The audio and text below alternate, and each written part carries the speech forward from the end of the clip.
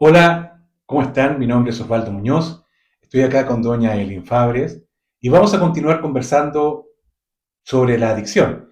Este camino que tiene tantas preguntas sin resolver para que podamos en conjunto tener un conocimiento mucho más amplio de todo esto. ¿Cómo estás, Elin? ¿Cómo te va? Me gustaría mucho que te presentaras, por favor. Muy bien, Osvaldo, muchas gracias por la invitación.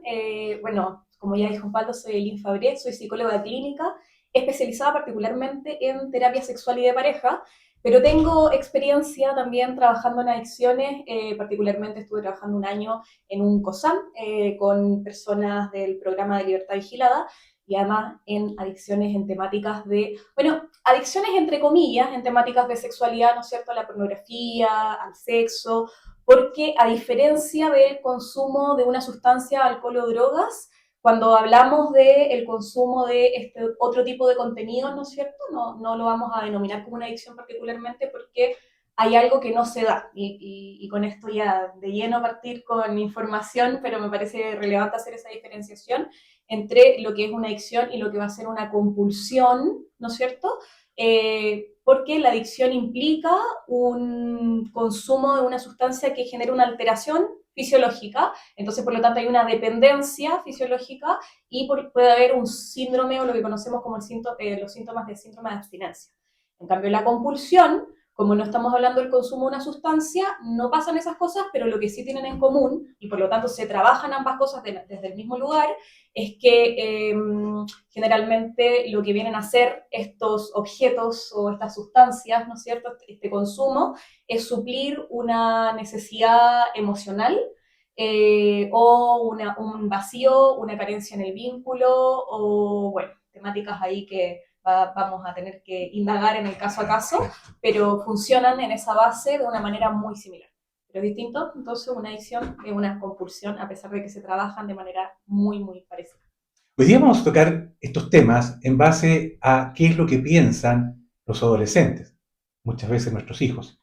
Imagínate que tu hijo está parado frente al espejo y se empieza a preguntar, ¿quién soy? ¿Qué es lo que voy a hacer? ¿Para dónde debo caminar? Preguntas normales que suceden en la adolescencia y en la no tan adolescencia. Esas, esas preguntas muchas veces encuentran solución en actividades sociales, en amistades que nos provocan de una u otra manera la adicción. Algo habíamos conversado con respecto a ello, Eileen. Sí, me parece que es importante hacer quizás como la puntualización de que una adicción no empieza con el consumo de la sustancia o de lo que sea, en el fondo, que a lo que la persona es adicta, ¿no es cierto? Alcohol, drogas o como ya dije, pueden ser otras cosas también, que vamos a hablar de compulsión, por ejemplo, redes sociales, también puede generar ese efecto, ¿cierto? Eh, Sino que más bien empieza cuando la persona ya se siente que esa es la única forma de poder suplir de alguna forma un dolor emocional, una carencia emocional. Entonces, cuando es la única manera, el único recurso al que accede, sabemos que es un recurso que no es beneficioso, no es saludable, pero termina transformándose en un recurso, ¿no es cierto? Entonces ahí es cuando vamos a hablar de adicción, ¿no? Bueno, tú me decías recién entonces cómo los adolescentes de alguna manera están en esta búsqueda, ¿no es cierto? Con grupos de pares, con compañeros, con amigos, en el barrio, en el colegio, en distintos lados, ¿no es cierto? Entonces, es una cuestión que es constitutiva del ser humano, esa búsqueda, y le vamos a llamar esa búsqueda de la identidad.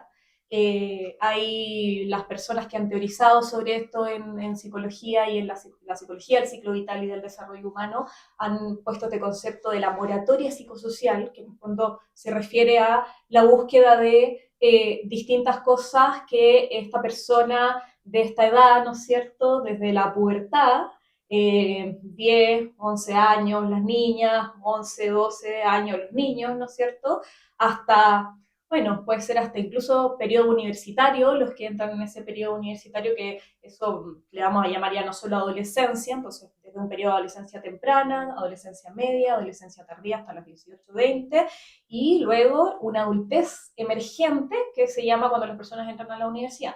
Entonces todo ese periodo, que si nos damos cuenta es como de los 10 hasta los que 25 años, 27 años, 28 años, un montón de tiempo, son 18 años, 18, sí, conté bien, 18 años de vida del ser humano, en donde estamos en un proceso de búsqueda, ¿no? Y socialmente se nos permite esa búsqueda. Y en esos procesos de búsqueda, la persona puede encontrarse con espacios en donde hayan ciertas sustancias, ¿no es cierto? Ya sean en fiesta o ya sean porque hay grupos de amigos que invitan o incitan a, y como estamos en un proceso de búsqueda, lo que quiere la persona con esa búsqueda es definir su identidad y su sentido de pertenencia. Entonces, bajo esa lógica, la persona busca sentir que yo pertenezco a este grupo, y si en este grupo hay consumo, a lo mejor yo voy a ser parte de esas formas de consumo, ¿no es cierto? Pero lo que yo les decía antes, no necesariamente el consumo de una sustancia va a ser sinónimo de adicción inmediatamente.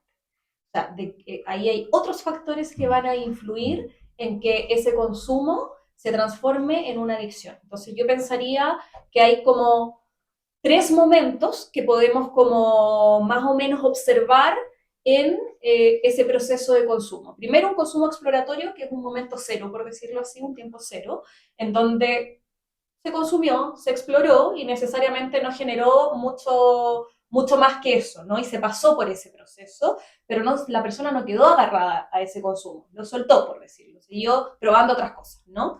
Pero tenemos un primer tiempo, es el tiempo cero, pero tenemos un primer tiempo que va a ser el primer tiempo donde ya podemos hablar de que la adicción tiene dos tiempos. Entonces el tiempo uno es cuando la persona tiene ese consumo y le da un sentido subjetivo, le da un propósito a eso que está consumiendo.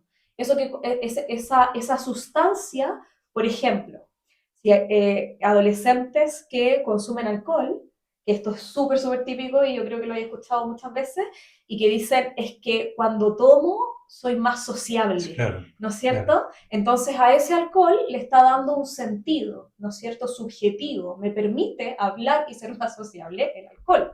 O personas que consumen pornografía, ¿no es cierto? Sienten que cuando la consumen se sienten más excitados que cuando no. Entonces le empiezan a dar un sentido, un propósito subjetivo y personal a ese consumo, pero ese consumo todavía no se va a categorizar como adicción propiamente tal, sino hasta el segundo tiempo.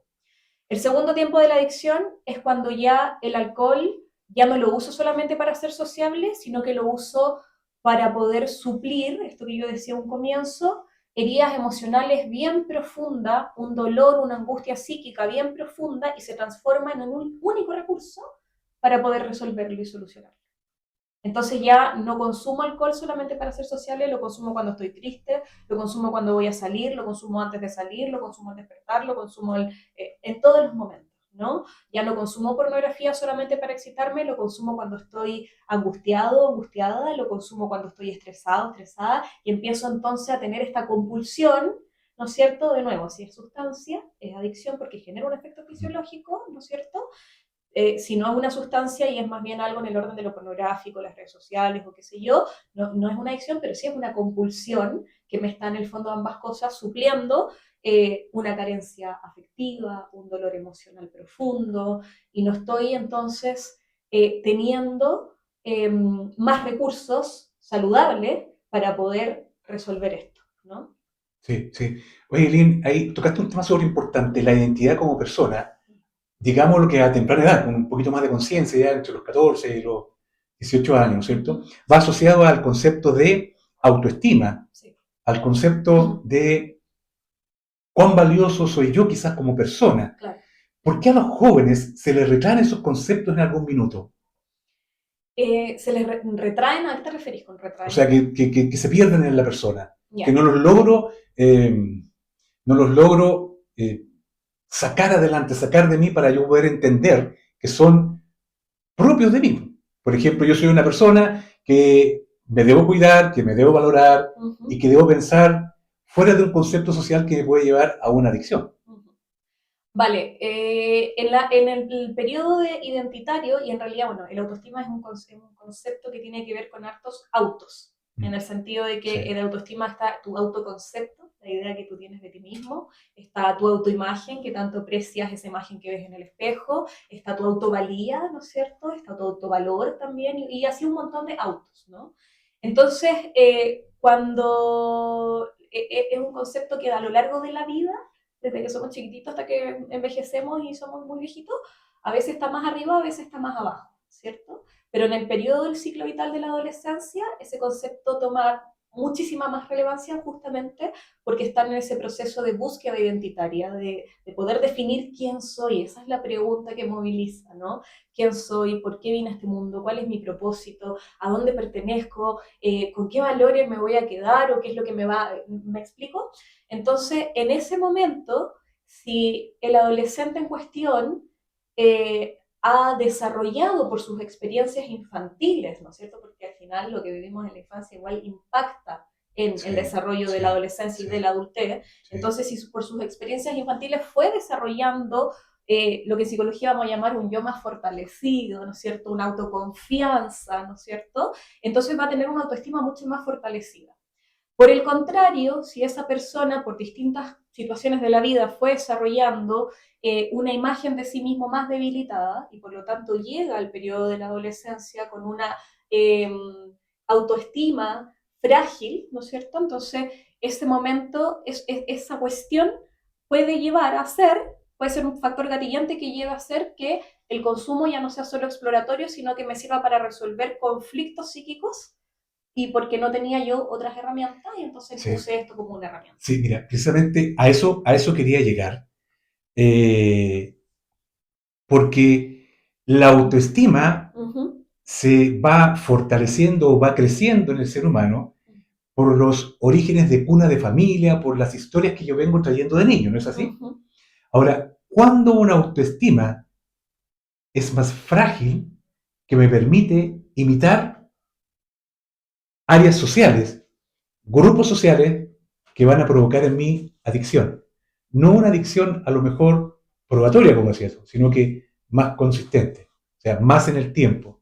O sea, la autoestima, de nuevo, es una cuestión que es como, uno la puede ver como una montaña rusa. Siempre a veces está más arriba, a veces está más abajo, y uno en la vida tiene que ir nutriéndola y trabajando esa autoestima. ¿Cuándo es más frágil? Cuando en nuestras experiencias infantiles no fuimos lo suficientemente amados, por decirlo de alguna forma, o a lo mejor no fuimos tratados con el suficiente respeto. Esas personas que han tenido experiencias negativas en la infancia van a desarrollar una autoestima más frágil porque no van a tener tanta confianza en sí mismos, porque van a dudar de sí mismos. Pero también puede ocurrir que personas en la infancia hayan sido lo suficientemente amadas, ¿no es cierto? Pero tuvieron otras experiencias que fueron desarrollando con los grupos de padres, entonces ahí a lo mejor la autoestima se pudo ver fragilizada, ¿no es cierto? Personas que viven experiencias de mucha violencia, a veces de bullying, ¿no es cierto? Y todas esas cosas empiezan a generar dudas en la persona, ¿cierto? Y todas esas dudas de sí mismo que uno no puede resolver, ¿no es cierto? O si hay una experiencia de familia en donde también los chicos están en mucha soledad, yo estoy hablando igual de casos un poco quizás más extremos, ¿no es Sí, sí, cierto? claro, claro.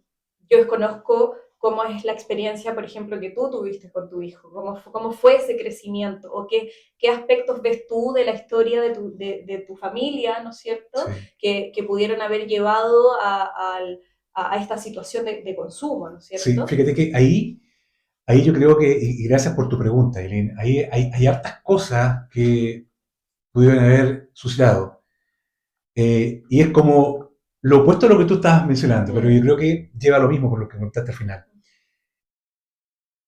Mi hijo era extremadamente amado, mm, muy protegido, mm, y creo que ahí empezaron a hacer falta mm, los límites en la mm, medida que fuera creciendo. mm, Vino una separación con la mamá, y yo creo que eso también le afectó a él, como niño, por ser tan amado y querido, ¿no? mm, Por sus abuelos, por sus tíos, por la mamá, por mí, por supuesto. Y yo creo que de una u otra forma eso gatilló también en su autoestima y en empezar a buscar referentes fuera del grupo familiar y del concepto que se le había entregado en el grupo familiar. Bueno, en la adolescencia es normal que los chicos busquen referentes fuera. eh, y de alguna u otra forma me parece que eh, la sobreprotección a veces también puede ser una manera como de no desarrollar las herramientas suficientes para que él por sí mismo pueda, ¿no es cierto?, resolver ciertos conflictos internos y con otros que estuviese viviendo, ¿viste? Entonces, hay un concepto que me parece fundamental mencionar, eh, que se trabaja, por supuesto, mucho en temáticas de adicción, ¿no es cierto?, que es el concepto de la codependencia. ¿Has escuchado hablar sobre él? Sí. ¿Sí? ¿Qué sabes sobre la codependencia? ¿Cuánto yo dependo de el proceso que estoy viviendo para desarrollarme en el futuro? ¿Sí? No. No. En adicciones eso Yeah. no lo vamos a entender así, pero Yeah. por eso me parece importante preguntártelo, ¿viste? Porque probablemente muchas personas escuchan ese concepto y lo interpretan de distintas formas, ¿sí? Cuando hablamos en adicción de la noción de codependencia, tiene que ver con el rol que el entorno, principalmente el entorno más cercano, sobre todo el familiares, que pueden ser padres, madres, amigos, esposa, qué sé yo, de la persona que consume, la persona del adicto, por decirlo así, cuál es el rol que cumplen en torno a la adicción.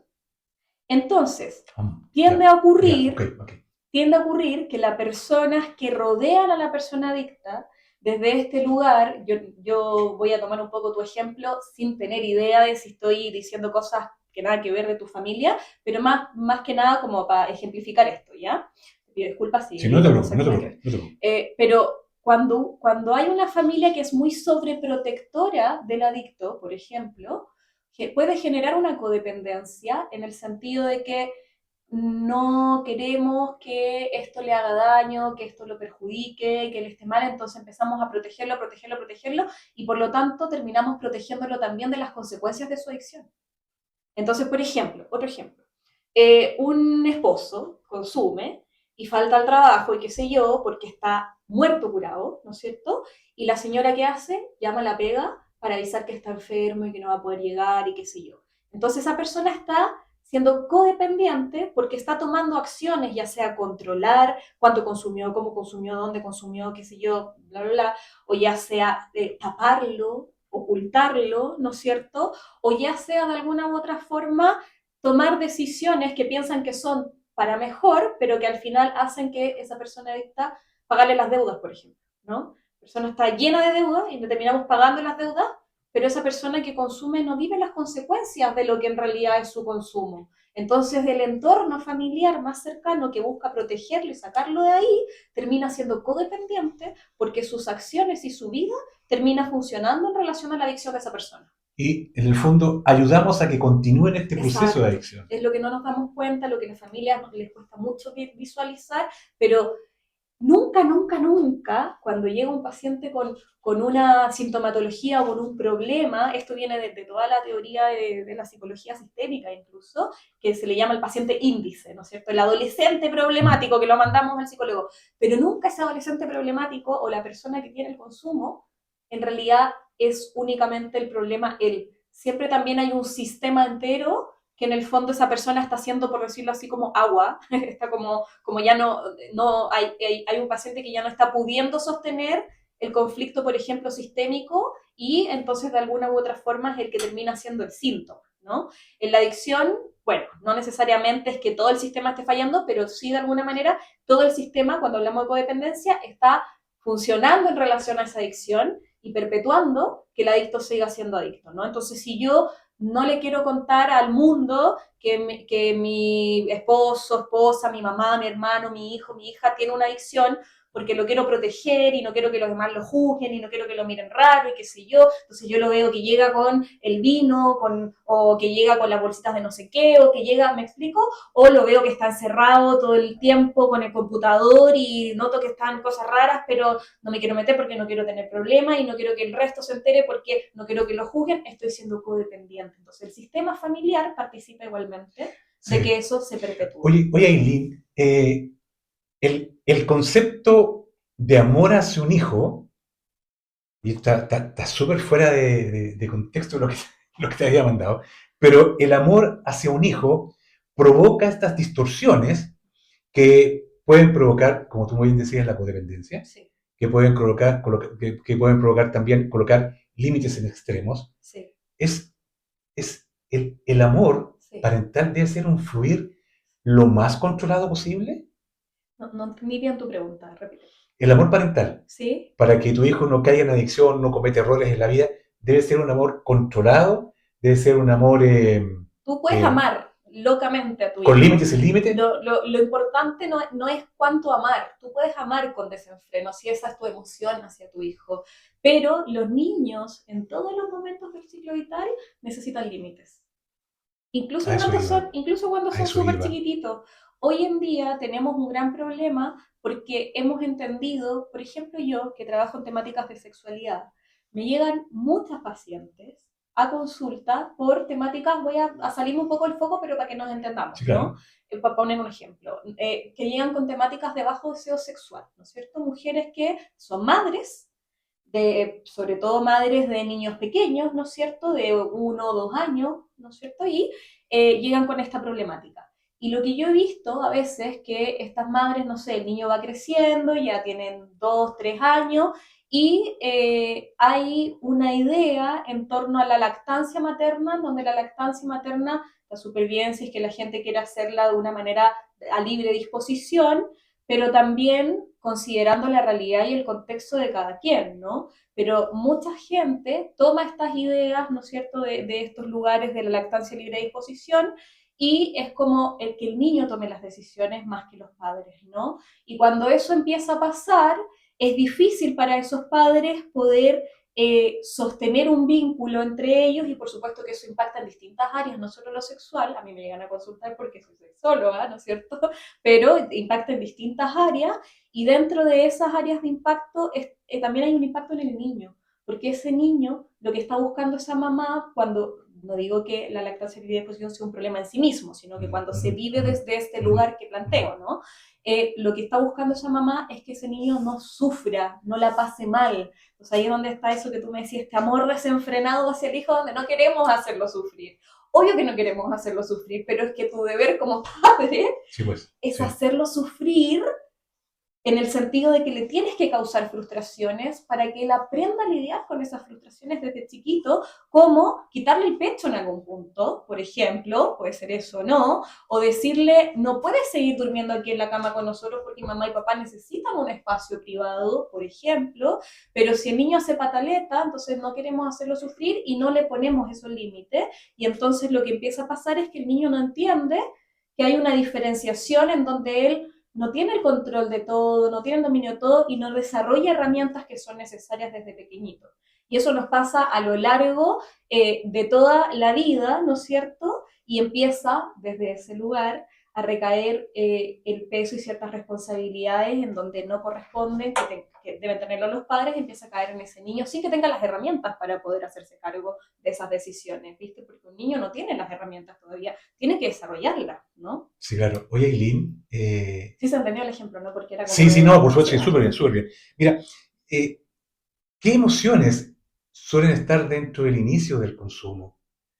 Y por lo que hemos conversado, puedo asociar que está el vacío interior, que puede ser la ansiedad, Ujú, la necesidad de pertenecer ujú, a, a ujú, un grupo social, ujú. a un grupo de personas, Totalmente, sí, valorarme a mí mismo, y eso redunda un poco en sí, lo que tú nos has conversado. sí. O sea, al inicio, cuando hablamos del tiempo cero, ese que yo Sí, claro, sí, me lo claro. inventé yo Sí, sí, recién, sí. en la fase exploratoria, ¿no es cierto? Lo que hay es curiosidad, por ejemplo, ¿no? Entonces, hay curiosidad, pueden haber emociones más así como desde, ¿qué es esto? No, y quiero probarlo, y qué sé yo, pero ya cuando empezamos a hablar de el primer y segundo tiempo de la adicción, que es cuando ya le damos un sentido subjetivo a este consumo, y después cuando ya es el único sentido que tenemos para resolver los conflictos psíquicos, o el único recurso más bien, las emociones que están ahí puestas pueden ser múltiples, tenemos que mirar en específico cuál es el objetivo, el propósito por el que esa persona consume. Y eso ya es entrar en trabajo terapéutico, ¿no? Todos tienen un objetivo, un sentido de, ¿no? Entonces, ¿por qué consume, ¿no? Pero lo que puede ser más o menos transversal en términos emocionales, como tú dices, esta necesidad de pertenecer, angustias, ¿no es cierto? Y sobre todo sensaciones de repente de vacío o de un desorden emocional que no sé cómo resolver, ¿no? Entonces, ansiedades, ¿no? Ansiedades, sí. Entonces, Sí. esas emociones son las que llevan a la persona en el fondo a consumir, porque cuando consumo me siento mejor, ¿no? Como que dejo de sentir eso. O sea, tenemos que entender, sobre todo cuando hablamos de adicciones bien complejas de consumo de sustancias químicas, hay una alteración en el sistema nervioso central, ¿no? Porque las sustancias químicas lo que hacen es como que tú ocupes todas tus reservas del cerebro en ese momento en que consumiste, de serotonina, de dopamina, que son estas aminoácidos, ¿no es cierto?, que secretan, ¿no?, estas sustancias químicas que Sí, secreta sí. nuestro cerebro para darnos bienestar, felicidad, para tomarnos la vida con armonía, ¿no es cierto? Entonces, son las sustancias que necesitamos para estar bien. Entonces, lo que hace el consumo de una sustancia química, ¿no es cierto?, es que uno ocupa todas esas reservas y en el momento del consumo te podéis sentir en un momento así Sí, de mucha, mucha, mucha sí. gloria, pero después es donde viene el bajón, porque tu cerebro quedó como un abuelito, quedó así como, bueno, mal dicho lo que dije, pero quedó así como, más bien lo que le pasó es que quedó vaciado de esas reservas y por lo tanto empieza un malestar. Y la persona al principio lo siente como una resaca, después se empieza a acostumbrar porque empieza a sentir que el dolor psíquico es más grande que la resaca, entonces prefiero bancarme el dolor, en el fondo la resaca que el dolor psíquico que estoy sintiendo, este malestar interno, esta angustia interna. Entonces, ¿qué es lo que es importante? Se puede manejar esa angustia interna, se puede manejar ese dolor psíquico que la persona está sintiendo con recursos que no sean el consumo. Y eso es muy relevante porque si tú consumes, entonces tú estás desgastando tu cerebro, te estás quitando años de encima, te estás quitando además la posibilidad de poder encontrar estos otros recursos que son muy singulares en cada persona, que hay que por supuesto hacer un proceso, que va a tomarte un tiempo, pero que es muy bonito cuando la gente es capaz de hacerlo y salir del consumo, porque de verdad encuentras ganas de vivir, te vinculas con un propósito en la vida que es real y que no es esta ficción o este dolor, resuelves esa angustia, ya no te encuentras de nuevo con esas angustias, o si es que parecen tienes más recursos para poder enfrentarla y por lo tanto no son, eh, si antes de un nivel de intensidad de 0 a 10 la angustia se sentía 1.000.000 de intensidad, ahora en efecto puedes identificar que hay un 0 a 10 y puedes identificar en qué momento tú puedes hacerte cargo de esto y qué acciones tienes que tomar y puedes identificar que eres capaz y que en realidad está en ti tomar esa acción, ¿no? Otra cuestión que me parece que es importante también mencionar respecto a la adicción es que cuando la persona entra en el segundo tiempo de la adicción, es decir, ya empieza a usar el consumo de la sustancia como un única recurso para resolver este dolor interno que tiene, esta angustia psíquica que aparece, entonces la persona en ese momento lo que hace es que deja de usar otros recursos, por eso yo digo es el único recurso. ¿Y qué significa que deja de usar otros recursos? Que rompe el vínculo con lo social, ya no recurre a amigos, ya no recurre a los padres, ya no recurre a, no sé, profesionales si es que tenía algún terapeuta que lo acompañase o si es que nunca lo tuvo, no recurre a la abuela o no recurre, entonces rompe el lazo social y lo que tenemos que hacer es reconstruir ese lazo social y que la persona, por lo tanto, vuelva a tener redes de apoyo, porque además somos seres gregarios, nosotros no podemos, nos enfermamos cuando estamos Sí, en esos sí, estados sí, de aislamiento total, sí, ¿no? sí. Oye, Eileen, ahora que tocaste ese tema, ¿qué impacto trascendental tienen los referentes sociales y culturales ¿Ya? en la normalización del consumo? Bueno, cuando la cultura o los espacios sociales, no sé, ciertos grupos, ¿no es cierto?, no sé, musicales, por ejemplo, o de estilos, ¿no es cierto?, en donde yo estoy en este proceso exploratorio, qué sé yo, empiezan a banalizar el consumo, entonces es mucho más fácil el acceso al consumo, ¿no? Entonces, si hay ciertos espacios en donde el consumo en realidad es como, no sé, aquí se puede consumir alto alcohol, ¿no es cierto? Por ejemplo, la cultura más gringa es un poco así. Tienen un tema Sí, los gringos con el alcohol, yo creo, porque ellos tienen como muy desde chiquitito restringido, a diferencia de nosotros, que nosotros como que sí, claro, aprendemos sí, a claro, tomar sí, desde mucho sí, antes. Pero eso sí. los gringos no, entonces llegan a un punto que cumplen cierta edad y como que, no sé, descubren el alcohol y se desatan, ¿no? Vale, cuando Sí, entonces tenemos esta cultura en donde el consumo de alcohol o incluso de lo sexual, cuando entramos en lógicas donde la sexualidad está hipersexualizada, entonces se banaliza y es mucho más fácil poder acceder a ese consumo.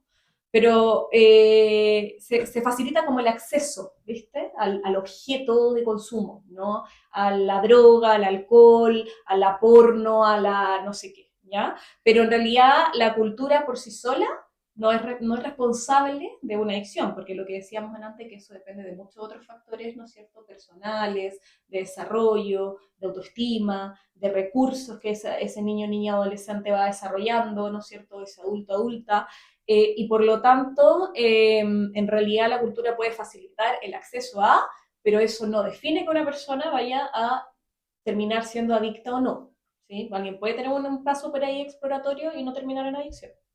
sí. ¿Y cómo podemos darnos cuenta de esos pasos que son eh, transitados muchas veces por nuestros hijos, ¿no es cierto? En resumidas cuentas, ¿cuál es el proceso Uh -huh.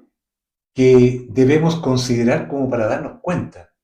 Yo creo que como señales, lo que decían antes, es muy importante. La persona adicta pierde el lazo social y por lo tanto deja de acudir, ¿no es cierto?, al resto, deja de, si antes tú tenías un hijo que a lo mejor era más cariñoso, se acercaba, te preguntaba cosas, o si tú lo notabas de una forma, había espacio para esa conversación, vas a empezar a notar que esa persona ya no te cuenta las cosas, se encierra mucho, pero tampoco está acudiendo a otros, ¿no? Porque en la adolescencia tiende a pasar que los chicos buscan ayuda a sus pares, pero aquí tampoco está accediendo a los pares. Entonces empieza a entrar y se empieza a volver más solitaria esa persona. Y esa es una primera alerta que tenemos que observar.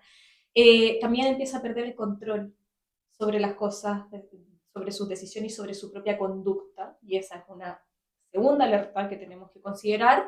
Y ocupa el consumo, empieza a ocupar entonces ese lugar, ¿no es cierto?, como central en su vida y por lo tanto se va a ver así, o sea, ruptura del vínculo, aislamiento, distancia social y pérdida de este lazo con el entorno. Eso es como lo principal que vamos a empezar a observar como señales en el fondo, ¿no? ¿Tú cuáles viste? ¿Qué señales te llevaron a ti a Alejamiento. identificar? ¿Viste? Es el aislamiento, ¿viste? Siempre, Sí. siempre nosotros teníamos sábado y domingo un tanto familiares Ya.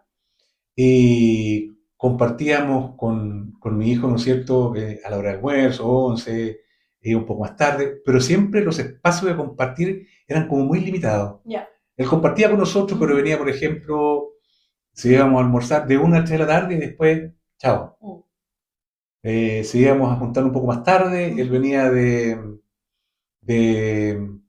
5 a 7 y no más de eso. Mm. Si nos juntábamos más tarde, era hasta las 9 de la noche, después se iba porque se iba a juntar con amigos, Mm. y quedaba un dolor de guata, oye, y discúlpenme Mm. el chilenismo, ¿no es cierto? Profundo, ¿Tú ya un sabías, temor. tú ya sabías en Yo ese intuía entonces? claramente, Ya. yo intuía por la conducta, ¿Qué viste por en lo que en se la me... conducta? ¿Ese Lo veía, sí, hay ese aislamiento? ¿Viste el aislamiento, descontrol? ¿Lo pudiste observar? muchas veces sí, Ya.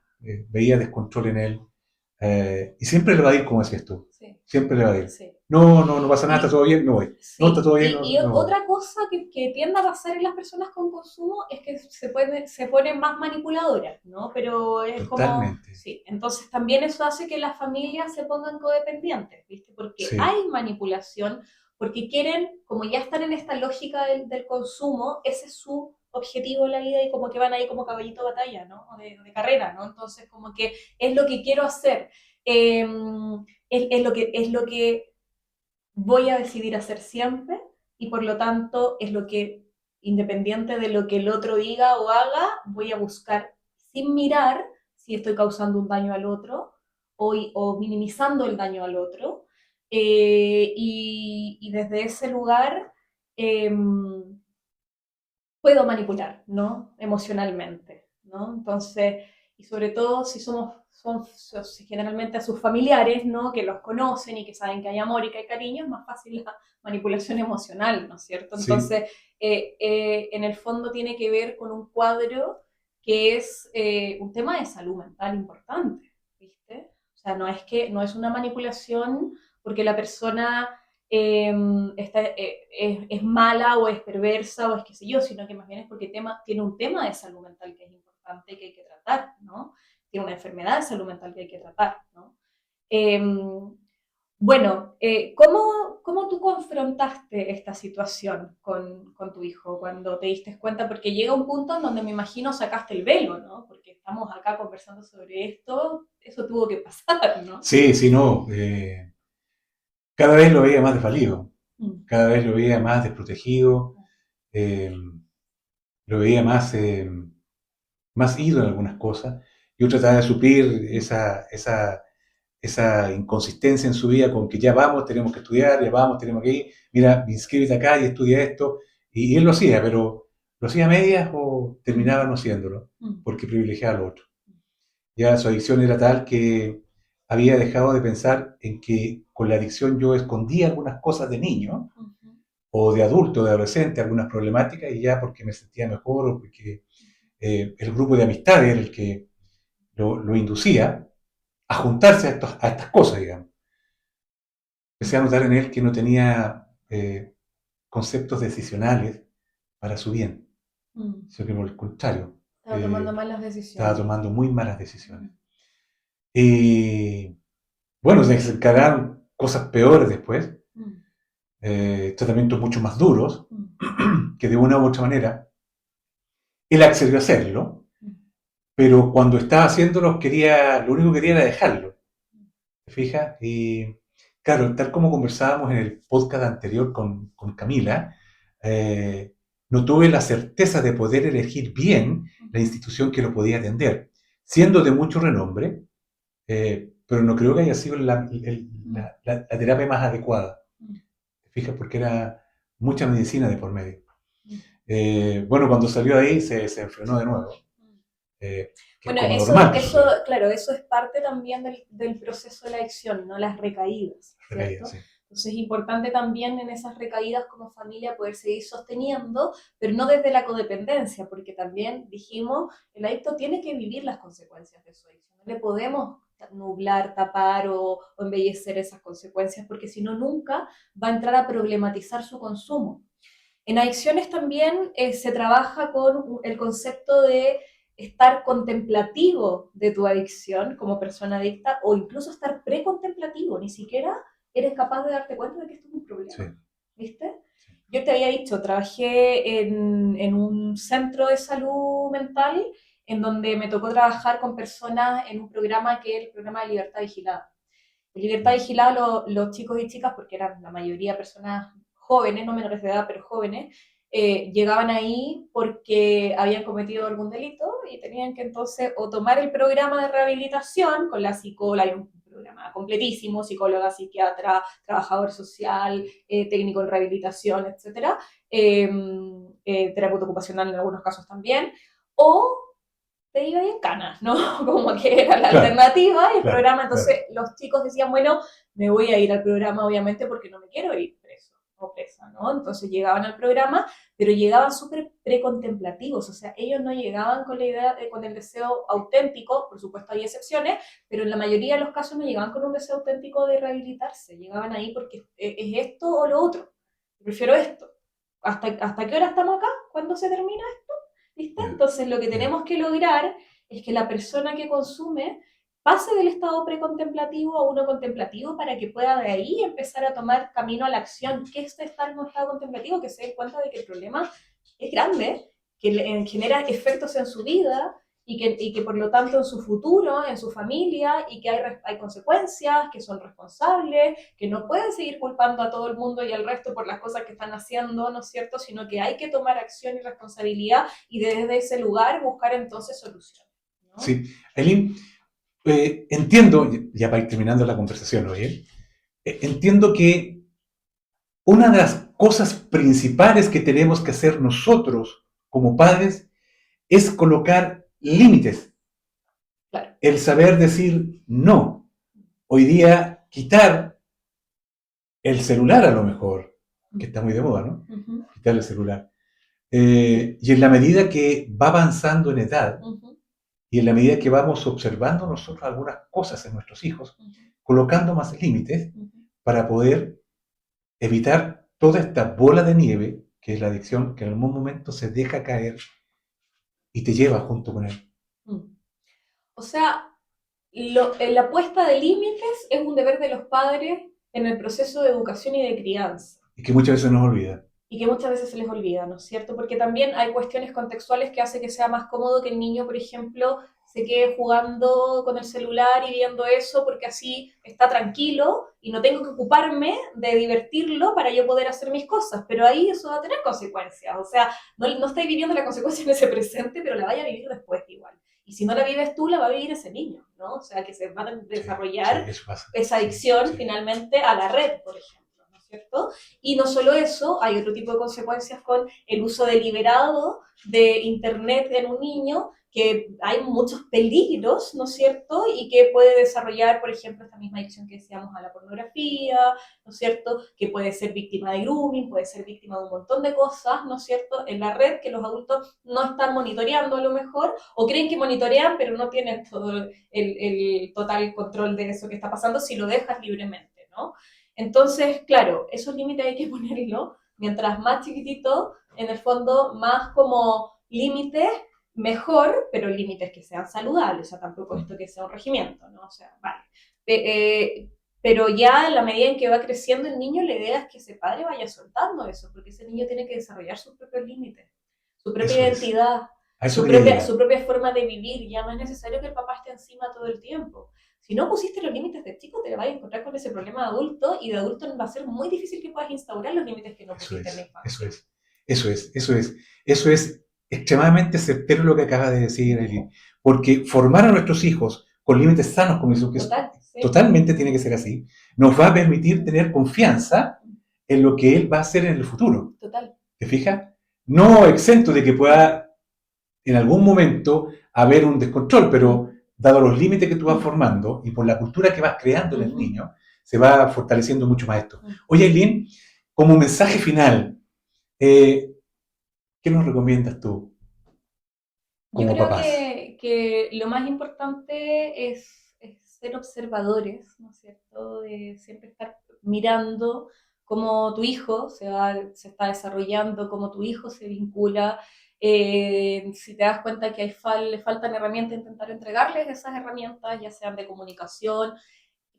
Desde ese lugar la paternidad igual te lleva a tener que mirarte a ti mismo, ¿no? Porque si tú eres carente de ciertas herramientas, tú vas a transmitirle eso al niño o a la niña, ¿no? Entonces, si tú te das cuenta de que eso que a ti te faltó, le está faltando a tu hijo, entonces vas a tener que trabajar también en ti mismo como papá, ¿no es cierto? Desde ese lugar. Pero creo que si estamos frente a un hijo que a lo mejor tenemos la sospecha de que está consumiendo, lo que tenemos que hacer es intentar trabajar principalmente en que no se corte el lazo. Eso es lo fundamental.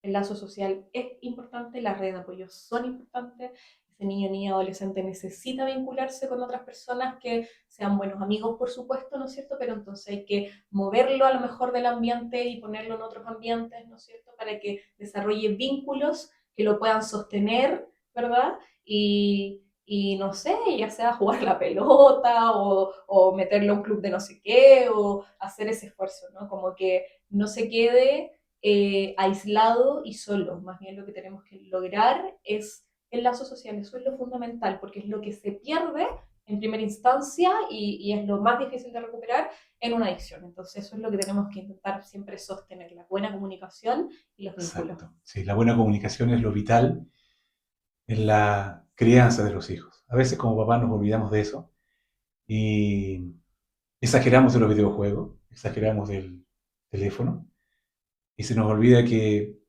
afuera en la calle, a la usanza antigua, ¿no es cierto? Podemos jugar a la pelota, podemos ir a elevar volantines, podemos escuchar cómo surge el viento, podemos mirar árboles, podemos aprender muchas cosas en conjunto. Y no este mundo de la tecnología que muchas veces nos confunde y nos aliviana la carga como papás. Malamente nos aliviana la carga como papás. Hay un punto de inflexión. Hay un punto de inflexión en cuando empezamos a conocer o a entender que nuestro hijo está en adicción, a cómo podemos cortar eso. Esa llave la cortamos a temprana edad. Como muy bien nos decía Eileen, cuando pasa el tiempo se nos va a hacer mucho más difícil. Y eso es porque dejamos de colocar límites en nuestros hijos. Esa es la herramienta fundamental. Te lo digo yo que fallé en ese aspecto y que afortunadamente logré reencontrar con mucho más esfuerzo ya de adulto y en la adultez de mi hijo. Se Aileen, puede. muchísimas gracias. Ser padre es así, ¿no? Muchísimas gracias. Ha sido tremenda conversación. Gracias a ti, Osvaldo, No, por no, la no, al revés, invitación. pues. Ha sido una tremenda conversación. Hay muchas cosas más que seguir conversando con Aileen, pero no quiero abusar de su tiempo. Hay muchas cosas más que tenemos que seguir aprendiendo como padres. Y principalmente el entender de que en este caminar no estás solo.